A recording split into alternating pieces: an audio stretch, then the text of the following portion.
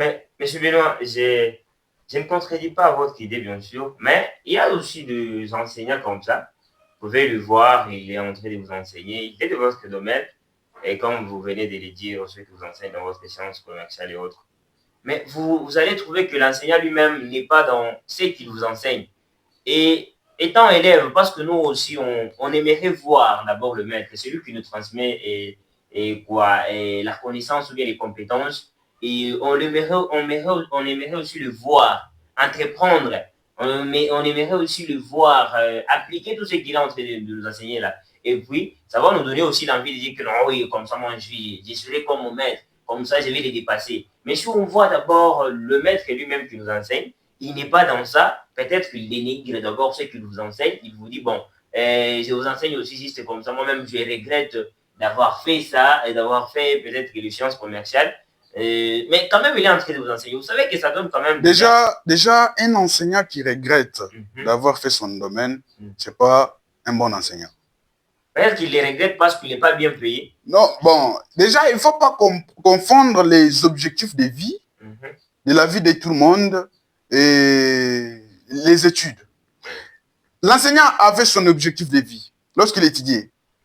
Il disait, lorsque moi je vais terminer, je serai enseignant. Je me rappelle en quatrième, si je m'abuse, quatrième primaire, il y a un texte où on cite certains métiers et on demande à chaque élève de dire ce qu'il sera demain. Les autres vont dire je serai enseignant. Alors, lui, il sera enseignant. Il va se limiter seulement à l'enseignement, donc à la recherche et à la retransmission de matière. Vous comprenez?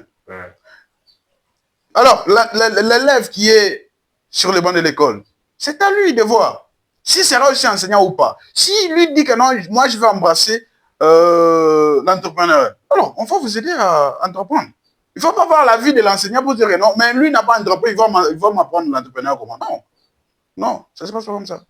D'accord. Monsieur Rubin, nous sommes chez vous.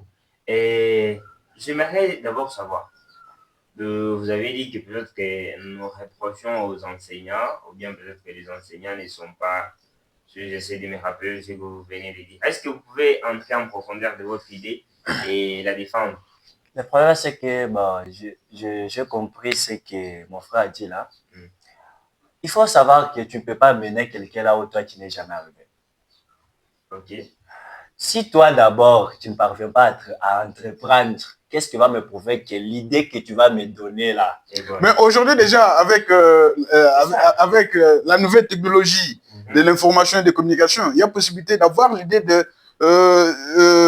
quelque chose alors qu'on ne l'a pas encore fait. Mais avant de transmettre l'idée, il faut d'abord l'avoir appliquée. Il faut d'abord l'appliquer et savoir que non, ça marche. Ça marche. Et la transmettre. Non, c'est pourquoi je vous dis, cher animateur et cher Ruban, je vous ai dit de ne pas confondre, je reviens encore. Évitez de confondre les objectifs de vie, de la vie de chaque personne et la science. Vous savez ceci. L'école, c'est un endroit là où on passe beaucoup de temps. Beaucoup de connaissances, beaucoup de relations nous viennent de l'école.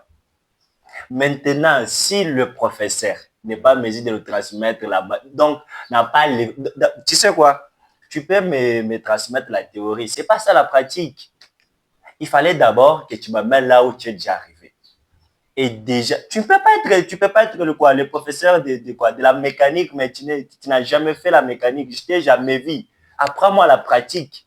Et déjà là, je serai aussi un mécanicien. Ça, c'est la compétence. Hein?